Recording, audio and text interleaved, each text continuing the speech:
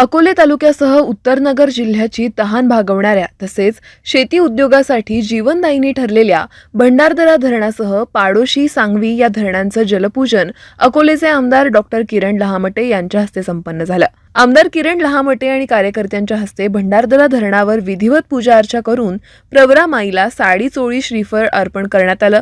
तसंच पाडोशी सांगवी या लघु धरणांचं जलपूजन आमदार लहामटे यांच्या हस्ते करण्यात आलं.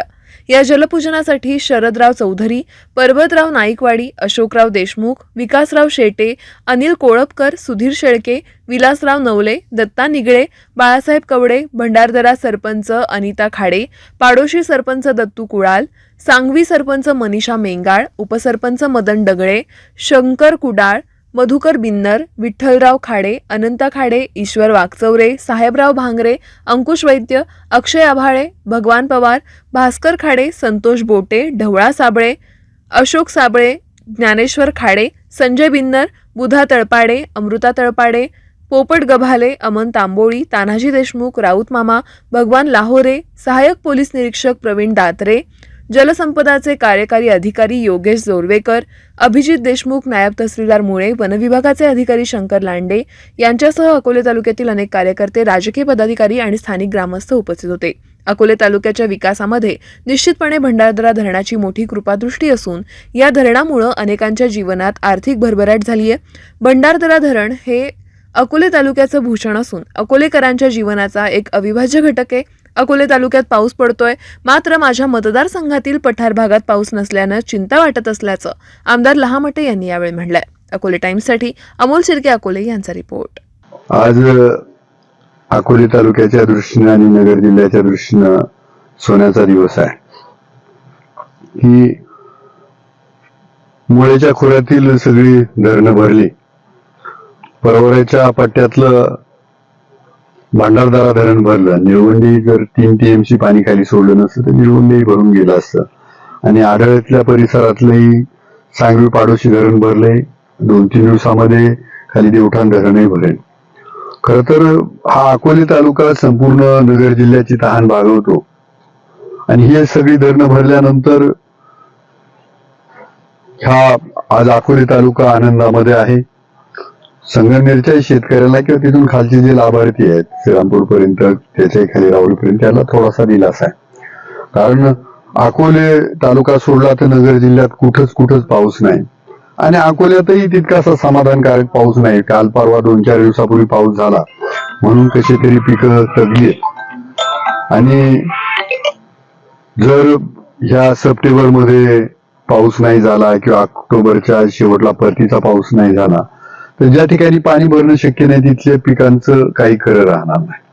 म्हणजे त्याची कल्पना केली तर शेतकरी खरंच हा उघड्यावरचा संसार आहे.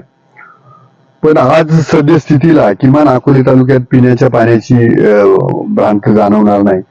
आणि मला खात्री आहे की मी 3 वर्ष एकदम पाण्याचं नियोजन चांगलं केलं. आणि इथल्या सगळ्या सांगवी पाडोशी क्षेत्रातील लोक असतील किंवा देवठाण क्षेत्रातील लोक असतील, तिकडे मुळा परिसरात ते पार वरच्या आंबीत पासून तर खालपर्यंत सगळ्या लोकांनी खूप चांगलं मदत केली. सगळ्यांनी एकमेकाला समजून घेतलं आणि त्यामुळे कुठल्या शेतकऱ्यांना त्रास नाही झाला. तर ह्या वर्षीही पाण्याचं नियोजन तसंच होईल. अकोले तालुक्यातील शेतकऱ्यांनी तरी चिंतित होण्याचं काही कारण नाही. माझं खरं तर पठार भाग येतोय माझ्याकडं. तिकडचं एक जे धरण आहे ते अजून भरलं नाही. त्यामुळे तिकडची मतदारसंघाची मला नक्की चिंता आहे. परतीच्या पावसात जर ते भरलं तर तो प्रश्न मार्गी लागेल. पण सध्या स्थितीत अकोले तालुक्यात तरी आज समाधानाचं वातावरण आहे. भविष्यात जर पाऊस पुरला सप्टेंबर महिन्यामध्ये, ऑक्टोबरच्या सुरुवातीला पाऊस पुरला तर हा आताचा खरीप सीझन आहे तो निघून जाईल. पुढचाही रब्बीचा सीझनलाही काही अडचणी येणार नाही. आणि मला वाटतं प्रशासनही योग्यरित्या आतापर्यंत मदत करत आहे. त्यामुळं निसर्ग राजाचं मनापासून आभार मानतो.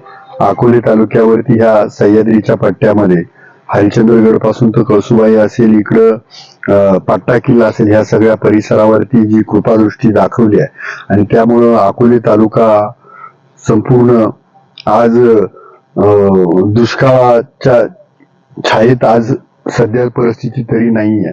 आणि तो येऊ नये ही पण निसर्गाकडं मनापासून विनंती, ईश्वराकडे मनापासून विनंती. आणि भविष्यात जर शेतकऱ्यांना काही अडीअडचणी आल्या, 1 रुपयाचा आपण पीक विमा काढलाय, जर 50% पिकं कमी झाली तर नक्की माझ्याशी संपर्क साधा.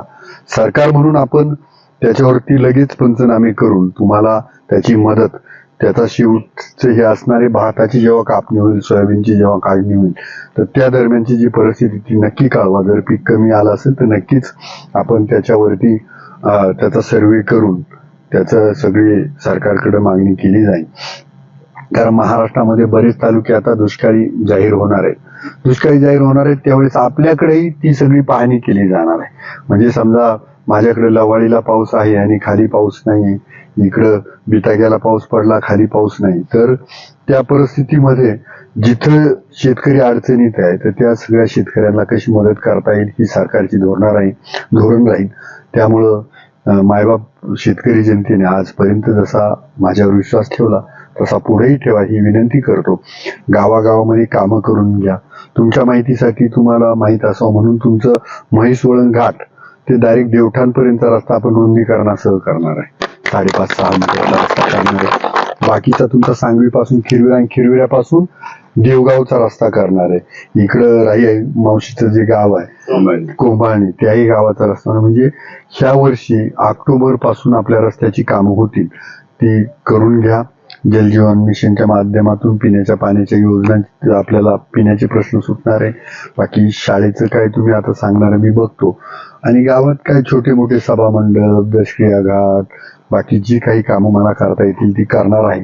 फक्त माझी या निमित्ताने एक विनंती आहे की राजकारण न करता सगळ्या गावाने एकत्र राहावं, गुण्यागोविंदाने एकत्र राहून सगळे सणसूद साजरे करावे, सगळे उत्सव साजरे करावेत, एकमेकांच्या सुखदुःखात जावं. कुठेही आपण राजकारण करू नका आणि खरं हे जीवन आपल्याला भेटले त्याचा खऱ्या अर्थानं आनंद घ्या ही माफक तुमच्याकडनं अपेक्षा करतो. निर्व्यसनी राहा, आपल्या कुटुंबावरती संस्कार करा, आपल्या मुलाबाळांचे मुलींचं शिक्षण करा, त्यांना मोठं करण्यासाठी प्रयत्न करा.